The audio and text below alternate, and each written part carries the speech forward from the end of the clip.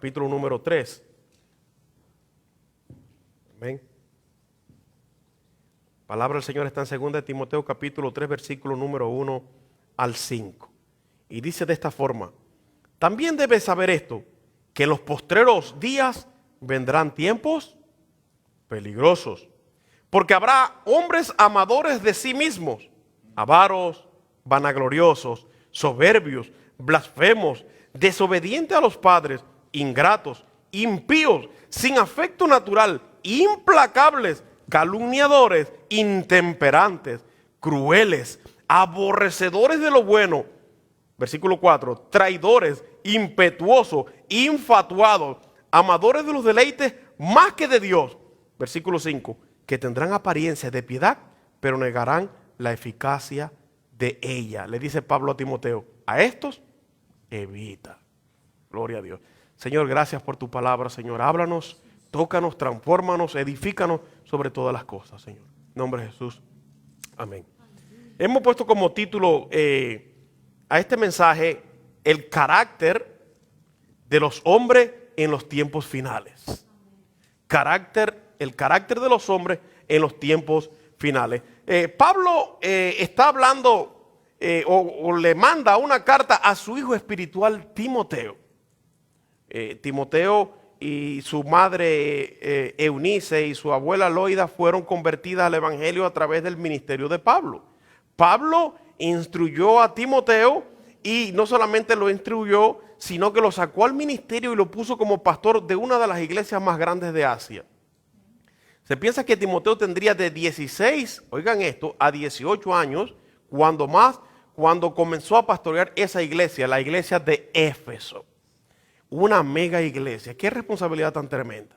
Pero Pablo le estaba diciendo a Timoteo que tenía que tener cuidado, porque en los últimos tiempos se iba a levantar una clase de personas que por fuera iban a tener una apariencia, pero por dentro iba a ser otra, que iba a ser un poco difícil de saber si era bueno o era malo. Yo no soy experto en comidas de estas saludables. ¿Usted sabe lo que son los hongos? Hay hongos que son venenosos. Y usted lo ve, ¿se podrá comer? No se sabe si se puede comer o no se puede comer. Bueno, si hay expertos que en la materia saben si son venenosos o no. En cuanto al carácter de los hombres en los últimos tiempos, Pablo le dice de esta forma: debe de saber esto, que en los últimos días vendrán tiempos peligrosos. Pablo, hablando a través del Espíritu Santo, profetizando, hablando una palabra de ciencia, una palabra de sabiduría mediante el Espíritu, estaba diciendo que iban a ocurrir en los últimos tiempos cosas terribles, que iba a ser muy peligroso. Por eso estoy diciendo que es difícil, es casi ya mantenerse con vida en este mundo, ¿verdad?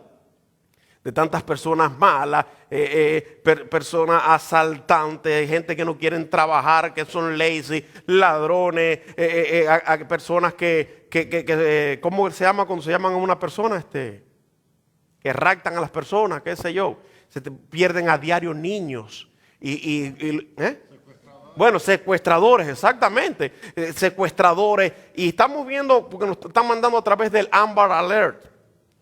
Se perdió una niña hispana, o un niño hispano, un niño blanco, y así le están diciendo cada rato para que uno le dan las características, sepa, y a diario están pasando estas cosas. Pablo estaba aconsejando a Timoteo que en estos últimos tiempos se iban a levantar una gran cantidad de hombres amadores de sí mismos. Primero vamos a empezar por ahí, amadores de sí mismos. No le importa familia. Una persona que se ama a sí mismo, no le importa esposa, no le importa hijos, no le importa madre, no le importa padre. Lo que le importa es que él sea reconocido o sea tenido en alto, que se hable bien, que sea popular, que tenga rating, que las personas lo señalen y wow, ese que va ahí ha sido prosperado. Pero una de las cosas sería eso, que serían amadores de sí mismos. Y dice el versículo que sigue, avaros, la avaricia. ¿Qué es lo que es la avaricia? Es aquellas personas que tienen amor no solamente al dinero, es a las cosas materiales. Ya puede ser el dinero, o puede ser lujos, o puede ser cualquier tipo de otra cosa. Es cuando se le quita el lugar a Dios y se le da, se pone en lo material, en la riqueza, en carros, en casas, en yates, en viajes, en dinero en el banco. Y entonces las personas se van afanando de tal forma que le cuesta trabajo quitarse eso, porque ya se le ha metido un demonio que se llama Mamón.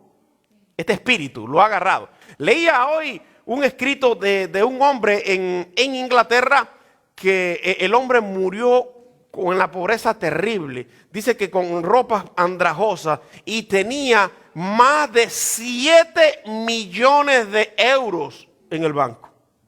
Casi no comía. O sea, la avaricia lo agarró de una manera. Es parecido a aquellas personas que empiezan a hacer por su cuenta, ¿cómo se dice? A comer saludable, a hacer dietas, y llega el momento que se obsesionan tanto que terminan, tanto el hombre o mujer que haga esto, anoréxicos y ya no pueden. Y usted la ve que esas mujeres o esos hombres pesan 100 libras y todavía se ven gordos. Pesan 70 libras y se ven gordos. Porque es un espíritu que en los últimos tiempos se ha metido en las personas que se vanaglorian de su cuerpo. Aquellos que hacen pesas, los que se hacen cirugía, los que no están conformes nunca como son. Yo sinceramente, yo conozco personas que se han hecho cirugía en la cara porque tenían los ojos de tal forma, o la nariz de tal forma, o las orejas de tal forma. Dios me hizo a mí así, mis orejas grandes, y así me quedo yo. Dios me creó así. Ahora, vemos, ¿saben cuál es el can humano ese que llaman? Can humano, el Barbie humano ese que le llaman. Se ha hecho más de 60 o 70 operaciones porque él no está conforme con su cuerpo. Dice que él va a luchar hasta parecerse a este de los dibujos animados. Entonces, el carácter de los hombres en los últimos tiempos serán vanagloriosos, soberbios. ¿Qué es lo que es la soberbia? Aquellas personas que tú lo señalas o tú le dices, oye, eso que estás haciendo está mal, no te hacen caso, porque cuando tú le estás hablando ellos se creen mejor que tú. Ellos se creen que saben más que tú. O que están en un nivel, un estatus mayor que tú, y entonces la soberbia no lo deja oír a estas personas. El primer pecado que existió en la humanidad no fue el de Adán y Eva. El pecado ¿dónde surge? En el cielo. Satanás llegó un momento, yo no sé si se miró un espejo, un estanque, o se reflectó y dijo, wow, soy acabado en belleza. Y dice, hasta que hubo en tu corazón ese orgullo, esa soberbia. Y él pensó dentro de sí, ¿seré semejante a quién? A Dios. Al Altísimo, a Dios. Y dice que fue derribado por tierra, el tonto. Como si a ti te crearon, tú eres un ser creado, tú vas a venir a tratar de ser mejor que él. Así mismo, y fue, dice que lanzado por tierra. Entonces, Pablo sigue hablando más adelante, que dice que habría hombres blasfemos. ¿Sabes lo que es la blasfemia? Es maldecir, hablar en contra de la deidad de Dios. Que muchos hoy en día, lo he visto en mis trabajos como maldicen, digo, pobre estas personas endemoniadas no saben lo que están haciendo. Dice que habría personas ingratas e impíos. La ingratitud y la impiedad está acabando hoy en día. Tengo otro versículo, 1 Timoteo capítulo 4, estábamos en 2 Timoteo, versículo número 1, mire lo que dice de esta forma. Capítulo 4, versículo 1 de 1 Timoteo. Vamos a ver quién lo encuentra más rápido. Aquí está. Pero el Espíritu dice claramente, ¿quién lo dice? El Espíritu, que en los postreros tiempos algunos apostatarán de la fe, escuchando a espíritus engañadores y a doctrinas. Oh my God. Oiga, eso es para sinceramente, para tirarse a llorar. Algunos apostatarán de la fe. ¿Qué es lo que es apostatar? Es irse, separarse, cambiar de rumbo, es negar la fe de Cristo y entonces para empezar a escuchar doctrinas de demonios. Cuando una persona anda detrás de lo material, cuando ya deja a Dios y lo desecha, cuando la soberbia, la impiedad, la vanagloria, todo ese carácter que estábamos hablando de los hombres en los últimos tiempos, viene y se le mete un espíritu de error. Pero lo más tremendo del caso es que ese espíritu de error no viene por sí solo. Dice la Biblia que Dios lo entrega a un espíritu ¿de qué? De error. Dios mismo, oh, me desechaste. Te hiciste todas estas, dejaste que la vanidad, que el orgullo, el pecado, y pecado engendra pecado, hiciste todas estas cosas. Entonces Dios manda un espíritu de error, como se lo mandó a Saúl en el Antiguo Testamento. Saúl, él creía que él podía oficiar como los sacerdotes. Él creía que él podía tomar el lugar del sacerdote, de los jueces, de los que tenían que oficiar en el templo. Y sin embargo, Dios le dijo de esta forma: estás desechado. Hizo dos cosas tremendas. Una consultó una divina. Wow. Oye, cómo fue degradándose un hombre que conocía la palabra, que conocía los mandamientos, que conocía los 10 mandamientos. El primer mandamiento en Éxodo capítulo 20, versículo número 1 dice: yo soy Jehová, no tendrás dioses ajenos ante mí. Wow. Entonces él fue a otra tierra, fue a Endor. Y allí se disfrazó y fue donde había una divina a preguntarle para que hiciera salir de nuevo a Samuel que se había muerto. Consultó la brujería, la hechicería. Dios lo entregó en manos de la impiedad de los espíritus. Y la palabra bien lo decía: no tendrás dioses ajenos ante mí, yo Jehová. Violó el primer mandamiento de los 10 mandamientos. Él creyó en su corazón: yo soy el rey y puedo hacer lo que me dé la gana. Aquí nadie puede hacer lo que le dé la gana. Dios permite hasta un momento. Nadie. No hay presidente, no hay gobernador, no hay alcalde, no hay juez. Aunque quieran hacerlo, Dios les va a permitir hasta un tiempo, porque la palabra me dice que un día el hombre más grande que existió en el imperio antiguo antes de Cristo, el imperio babilónico, fue Nabucodonosor. Habían varios países que estaban subjugados, estaban siendo esclavizados: los medos, los persas, los israelitas. Todas esas naciones pertenecían al imperio ese de los caldeos. Y un día él salió a caminar, y cuando él miró, dijo: wow, qué clase de ciudad yo he hecho. Yo he hecho, oigan eso. Entonces seguro que no puso ni un ladrillo. Pero él se enalteció: wow, qué jardines. Estaba entre las 7 maravillas del mundo antiguo: los jardines colgantes de Babilonia. Y vemos que él salió y dijo: oh, ¿no has hecho esto tú? Y hasta que Dios le dijo: ay, mijo, tú no sabes que te voy a poner a comer hierba como un buey.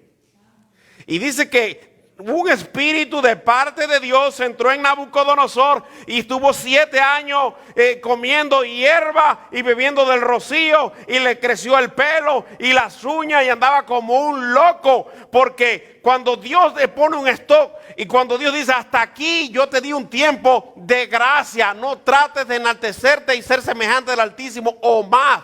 Dios no comparte su gloria con nadie. Y hay veces que nosotros nos ponemos a pensar: pero si aquel está pecando y está haciendo esto y esto y no le pasa nada. Easy. Eso viene. Wait a minute.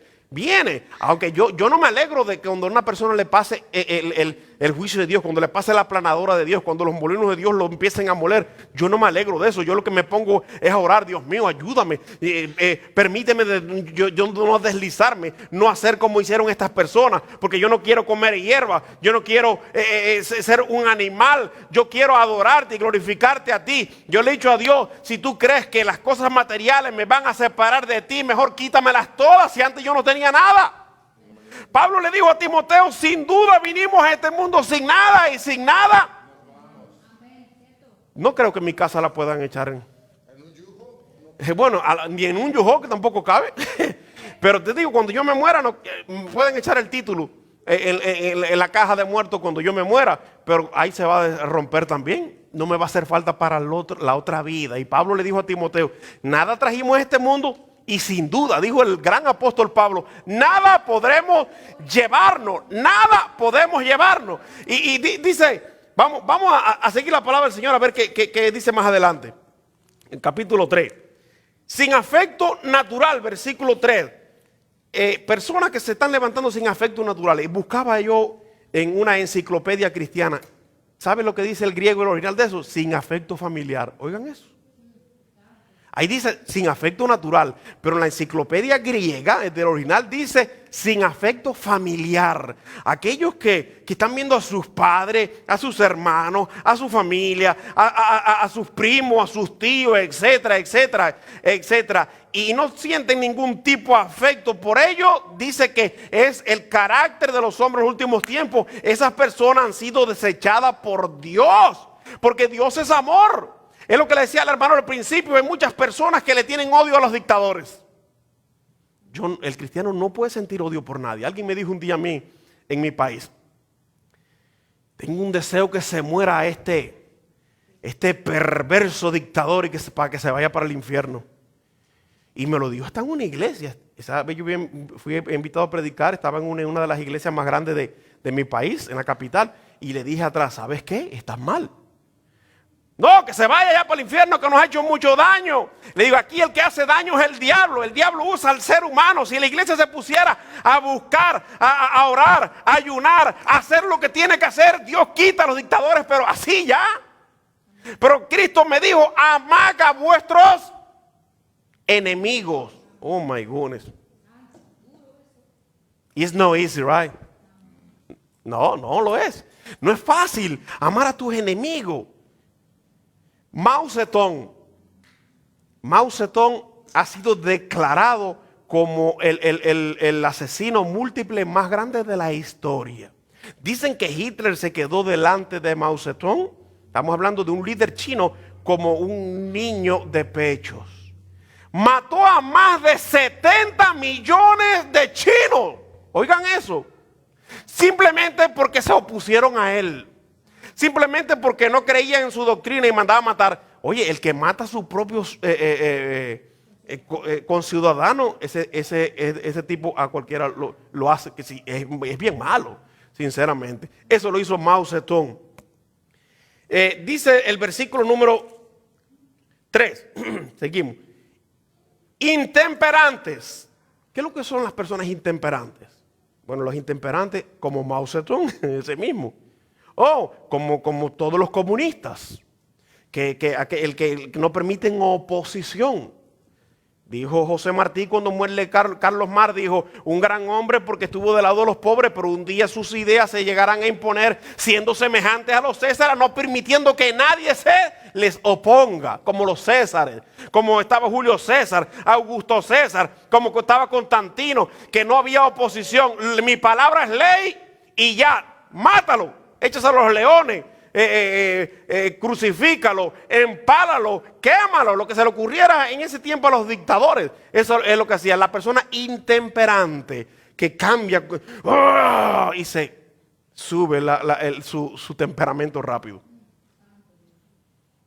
Es todo lo contrario de la mansedumbre o la templanza, que son frutos del Espíritu. Pero estamos viendo esto en los últimos tiempos. Una persona por una bobería, por cosas de nada. Si tú tenga mucho cuidado, y le digo, tenga cuidado cuando usted salga por ahí y vaya manejando. Si el de adelante se quedó dormido en la luz, no le pite.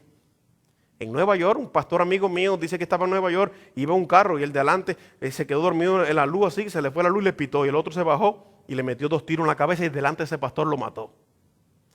Que es algo increíble, diabólico, endemoniado sin conocerlo. Simplemente porque le pitó y le dijo, apúrate, que van a quitar la luz. Y el tipo se bajó y fue para allá, vamos. Y lo mató.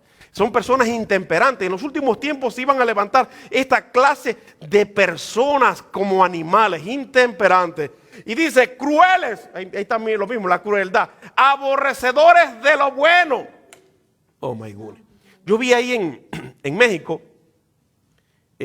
a principios de este año o del año pasado, miles de mujeres salieron, las feministas, a protestar a favor del aborto. Y estaban rompiendo tiendas y escribiendo y quemando carros y haciendo cosas. Mi cuerpo es mío y yo hago lo que a mí me dé la gana. Si es tu cuerpo, si tú quieres, arráncate la cabeza, pero el que está dentro de ti no es tu cuerpo. La Biblia me dice a mí que mi embrión vieron tus ojos. Lo que la mujer tiene dentro, eso es un cuerpo diferente a los demás. No tiene que ver nada. Entonces son personas crueles. El que ha podido ver un video acerca de cómo hacen los abortos y Y le voy a decir, hay muchos estados y muchos lugares que están tratando de que el aborto se haga hasta los 8 meses. Oiga eso, y hasta los 9. Ya eso para sacarlo en pedazos. ¿Alguno ha visto eso cómo lo hacen? Como sacan en bracitos, pedacitos y cosas para llorar increíblemente. Entonces son personas crueles y aborrecedores de lo bueno. Entonces vemos mucho sinceramente apoyando estas cosas. Mi esposa hablaba con una que dice que es cristiana, que va a alguna iglesia y estaba prácticamente apoyando a esas clínicas. Y le dijo a mi esposa, sí, pero esa clínica hace muchas cosas buenas, pero tú puedes hacer muchas cosas buenas si hace otra mala, como matar a otra persona. Opacó, apañó o empañó todas las buenas cosas que hiciste. De nada nos sirvió, ¿verdad? Entonces, dice que serían impetuosos, infatuados, amadores de los deleites más que de Dios, que tendrán apariencia de piedad, pero negarán la eficacia de ello. Al principio muchas personas van a decir, oye, qué buena persona es este. Qué buena persona es, pero cuando lo empiecen a conocer, se van a dar cuenta que no es tan buena persona nada.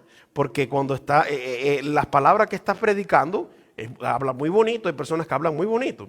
Los presidentes estudian literatura, estudian el verbo, estudian la homilética, el arte de comunicar. Son prácticamente predicadores los políticos y hasta hacen llorar a las personas. Y dice, qué buenos son. No son buenos nada. En mi país, cuando una persona quería salir alcalde, dice, si votan por mí, le hacemos un puente. Y era para robarse el dinero. Y le decía al pueblo, pero ¿para qué? Si aquí no hay río, le hacemos un río también. Y al final votaban por esas personas. Y esas personas se olvidaban de los pobres. Y todo el dinero se quedaban con ellos. Entonces va a haber esa crueldad en las personas que no le va a importar a las personas lo que estén haciendo. Yo contaba hace un tiempo aquí, un día que prediqué, que yo tuve una experiencia. Uno tiene varias experiencias, pero esa experiencia fue única.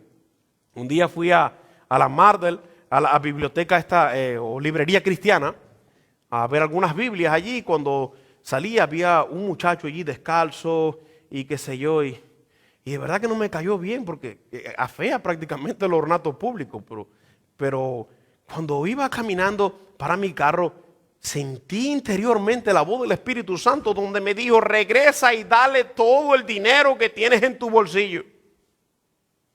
Gracias a Dios que no eran cientos de dólares, pero le di todo lo que traía arriba, y era bastantico.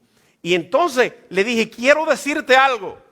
Y el muchacho agarró el dinero, Dios me ha mandado darte, y bajó la cabeza. Mientras estuve hablándole, no levantó los ojos, sino que lo bajó y empezó a llorar. Y le di un abrazo y le dije, yo no sé qué ha pasado contigo, qué te ha sucedido a ti. Dios me dice que mires a Jesucristo, que clames a Él, que todavía hay solución. Cuando llegué al carro, no pude contener el llanto y fui llorando de ahí desde la Mardel hasta la casa. Cuando llegué a la casa, mi esposa pensaba que me había pasado una noticia mala o que había chocado, siempre pensando, porque yo no podía hablar, no podía expresar.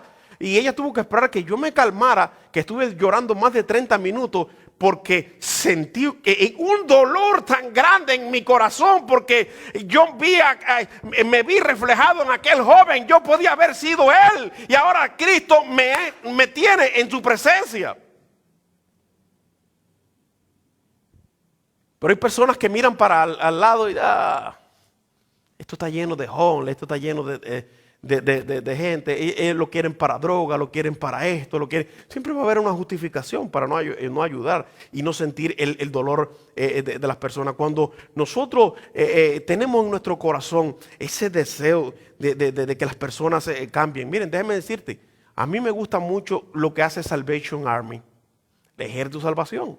No solamente aquí en los Estados Unidos, en el mundo. En mi país se encontraban los borrachos, los drogadictos, las personas, y se los llevaban, los bañaban, le daban ropas nuevas, le daban comida, y venía un pastor y le predicaba y hasta le buscaban trabajo. Y aquí también lo hacen así. Mi papá trabajó ahí en Salvation Army, la hermana también. Y aquí tenemos una hermana que también trabajó ahí. Entonces digo, si un día Dios me prospera económicamente, siempre lo he dicho al Señor, en mi mente hay un número para dárselo a ellos, porque sinceramente estas personas están predicando el evangelio como debe de predicarse. No como hay otros que se están enriqueciendo, y los carros aquellos que brillan, wow, es increíble. ¿Para qué vamos a hablar de eso, verdad? Dice aquí que negarán la eficacia de ella. En Segunda de Pedro, capítulo 3, versículo 3, vamos a ver qué dice. Segunda de Pedro 3:3. Miren lo que dice la palabra del Señor en Segunda de Pedro 3:3. Ya yo lo tengo aquí, gloria a Dios, aquí está. Dice, sabiendo primero esto, que en los postreros días vendrán burladores andando según sus propias concupiscencias. Pablo no está hablando de personas de afuera, está hablando de personas adentro. Digo, Pedro, ahí está hablando. Vendrán personas que andarán, que serían burladores, que iban a venir o vivir conforme a sus propias concupiscencias. Qué cosa tan tremenda, hermano. Lo último que es, ¿qué quiere decir? ¿Cuál? ¿Concupiscencias? Aquellas personas, las personas que el concupiscente es aquella persona que, tanto mujer como hombre, ¿verdad? Que están mirando nada más como la envidia, ¿verdad? Pero en la parte del sexo. Ministros, pastores, evangelistas, gente que son enamorados y quieren acostarse con cualquier persona.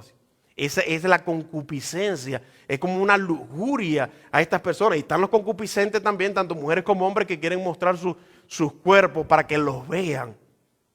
La Biblia dice que en el principio Adán y Eva andaban como desnudos, porque no había pecado, pero cuando llegó el pecado, ellos mismos sintieron una vergüenza tan grande que enseguida se cubrieron, se taparon, y dice que cosieron, ¿qué cosa? Hojas. Entonces se taparon su desnudez. Y Dios después le hizo abrigos o ropas de pieles. Dios se la hizo y se la entregó. Entonces hoy en día es todo al revés. Vamos a ver por qué. Vamos a Génesis capítulo 13. Versículo 13. Génesis 13:13. Tengo uno ahí grandísimo, pero a ver. Aquí está. Dice la palabra en Génesis 13:13. Mas los hombres de Sodoma eran malos y pecadores contra Jehová. ¿En qué? En gran manera. Wow, en gran manera. Entonces, ¿de qué forma estas personas pecaban en gran manera en contra de Dios? Déjenme decirle, no solamente fue la sodomia o el homosexualismo, el lesbianismo, ahí había hasta bestialismo. Oigan esto, ahí lo que ocurría era terrible. Ahí aparte del bestialismo, que es aquellas personas que tienen relaciones con animales, había también las personas que no tenían ningún compromiso con la ciudad, con la sociedad, había una anarquía. Esta persona mataba a este que está aquí y no había problema, no había autoridad. Entonces dice que estos hombres de Sodoma eran malos, pecadores, dice, para con Jehová en gran, Dios mío. ¿Y se le está pareciendo a esos hombres de Sodoma a ustedes a alguien hoy en día? ¿A quién se le están pareciendo? A la sociedad de hoy en día, ¿verdad? A los tiempos de ahora, que las personas son pecadores, que usted está viendo cómo salen por ahí en South Beach, en Miami, en Florida, salen a hacer marchas por el orgullo gay. Oigan eso. No, te sientes orgulloso de eso. Ellos se sienten orgullosos y tú los entrevistas. Yo estoy satisfecho, estoy realizado y me siento orgulloso. Y hay veces que el cristiano no quiere ni predicar la palabra, le tiene pena hasta que lo sepan. Cuando mi mamá se convirtió al Señor, que comenzó a ir a la iglesia, había un compañero de trabajo de ella que era maestro de escuela dominical en la iglesia y que enseñaba y cantaba. Y mi mamá lo ve, wow, ¿y esto? Y él le dijo, no, si yo vengo desde niño, vengo aquí a este lugar, y nunca en la vida le predicó la palabra del Señor, jamás. Pasó como el maestro mío de educación laboral, que nunca me predicó, pero ¿sabe por qué no podía predicarme? Porque los hechos de él eran malos. Porque ¿cómo me podía predicar y decirme, Cristo te cambia? Cristo te hace una nueva criatura, Cristo te bendice, Cristo te transforma, Cristo te da paz, te da gozo. Y no podía decirme eso porque yo sabía lo que él estaba haciendo allí, ese maestro. Yo sabía en realidad lo que el maestro hacía con las alumnas allí. Pero nunca, yo me asombré cuando yo llegué a la iglesia y lo veo aquí. Dios mío, dije yo. Dijo Joseph Smith, en uno de sus libros, dijo Joseph Smith de esta forma: con cristianos así, ¿para qué demonios? Oigan eso, y suena algo triste, pero es verdad. Con cristianos así, ¿para qué demonios? Y es que hay que vivir. Génesis capítulo número 6, del 11 al 12, habla de en esta parte que la tierra se corrompió. Génesis 6, ahí mismo, del 11 y 12, mejor dicho, 11 y 12. Ahí está. Y se corrompió la tierra delante de Dios y estaba la tierra llena de violencia. Versículo 12. Y miró Dios la tierra y he aquí que estaba corrompida, porque toda carne había corrompido, ¿qué? Su camino sobre la tierra. Oh my God. Por eso Dios tuvo que mandar un diluvio. Por eso Dios tuvo que raer de la faz de la tierra a las personas. Y hoy en día personas entrando en contiendas, en disensiones, en herejía. Alguien me puso a mí en internet, abajo en una de mis predicaciones, me dijo: pastor o hermano, no sé cómo me puso, dice: gracias que usted predica el evangelio del Señor como es, y usted no se enreda ni se mete en política. Y yo le puse para atrás: muchas gracias, Dios no me llamó a mí a ser político, sino me llamó a mí a predicar a Cristo. Y es lo que nosotros tenemos que entender: Cristo sobre todas las cosas. Los que están apoyando campañas, ya sea de la derecha o de la izquierda, siempre lo he dicho, Dios no es ni de derecha ni de izquierda, Dios es Dios. Dios no se mete en eso. Es como, imagínate, estás jugando ahora los Washington con los Cowboys. En los Cowboys hay 5 cristianos, en Washington 5 cristianos. Los de Washington orando: ay, Padre, ayúdame que ganemos. Y los otros también: ¿qué hace Dios? ¿Qué hago? Si son 5 cristianos de cada lado. Dios no se mete en eso. Dios no se mete en esas cosas. Quizás muchas personas digan: bueno, el que más fe tenga. No, Dios no le importa. La Biblia no comparte con la política. Aunque estemos de acuerdo con ciertas personas, no comparte. Y la Biblia lo que sí me manda es a orar por los presidentes, por los gobernantes, a amar a mis enemigos, a hacer la paz, a no tenerle miedo a aquellas personas. Dijo Pablo: toda autoridad es puesta por Dios y no están puestas para infundir terror, sino para cuidarnos. Para eso tiene que orar Dios, que le dé sabiduría, y el cristiano que le dé sabiduría e inteligencia a los gobernantes, empezando de los más pequeños, desde los alcaldes, gobernadores, presidentes en el mundo entero. Orar para que sean dirigidos por Dios. Alguien dijo, parece que no le gustó y puso que Spurgeon dijo. Yo he citado a Charles Spurgeon, me gusta, pero fue bautista, seguidor de Calvino, y sí, me ha gustado mucho su forma, pero le voy a decir, Charles Spurgeon no murió en la cruz. ¿Quién fue el que murió en la cruz? Charles Spurgeon era un hombre igual que usted y que yo, un pecador, un hombre que Dios levantó en un tiempo, pero era un hombre igual que yo. Y él dijo, Charles Spurgeon dijo que el que no discute de política o de religión es un tonto. Y si yo hubiera estado en ese tiempo y yo le digo entonces a Charles Spurgeon, entonces usted es más tonto todavía. Porque la Biblia me dice que no debo entrar en contiendas. No debo entrar en que este es mejor, que el otro es mejor. Orar. La Biblia me dice orar. Es lo que tenemos que hacer. Y yo he citado a veces frases de Charles Spurgeon, como Charles Spurgeon dijo: llegará el tiempo que en los púlpitos habrá predicadores o pastores, en vez de predicar la sana doctrina, serán payasos. Así dijo Charles Spurgeon. Y es verdad lo que está diciendo, pero no quiere decir que lo que diga él es hecho. Yo creo la Biblia, la palabra del Señor, porque estamos en los últimos tiempos y yo creo lo que dice la Biblia, no lo que me dijo un hombre. Lo que dijo Jesús. Jesús dijo: sin santidad nadie verá al Señor. Y Jesús dijo: el que conmigo no recoge, desparrama. El que conmigo no es en contra de mí. Entonces, mi mensaje debe ser un mensaje cristocéntrico, un mensaje que las personas me vean, que digan: este no se va a apartar ni a derecha ni a izquierda. El cristiano tiene que ser muy sentado y hay que tener cuidado cuando uno habla de todas estas cosas, porque se pueden herir personas. Podemos herir personas. Nuestra forma de pensar o de actuar, o por quién vamos a hacer cualquier cosa, tenemos a veces que tragárnoslas. Dijo José Martí, en silencio ha tenido que ser porque hay cosas que para lograrlas han de mantenerse en oculto. Y es verdad. ¿Qué hacemos nosotros con hacer eso?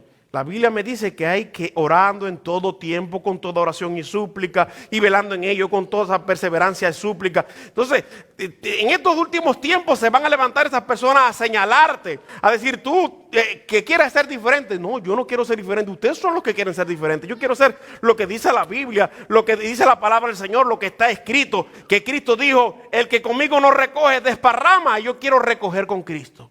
Que Cristo me levante. Que Cristo sea el que me prospere. Amén. Bendito el nombre del Señor. Y mire, y termina el versículo 1:6, dice que está hablando de estas personas. Dice, estos son los que se meten en las casas y se llevan cautivas a las mujercillas cargadas de pecado, arrastradas por diversas concupiscencias.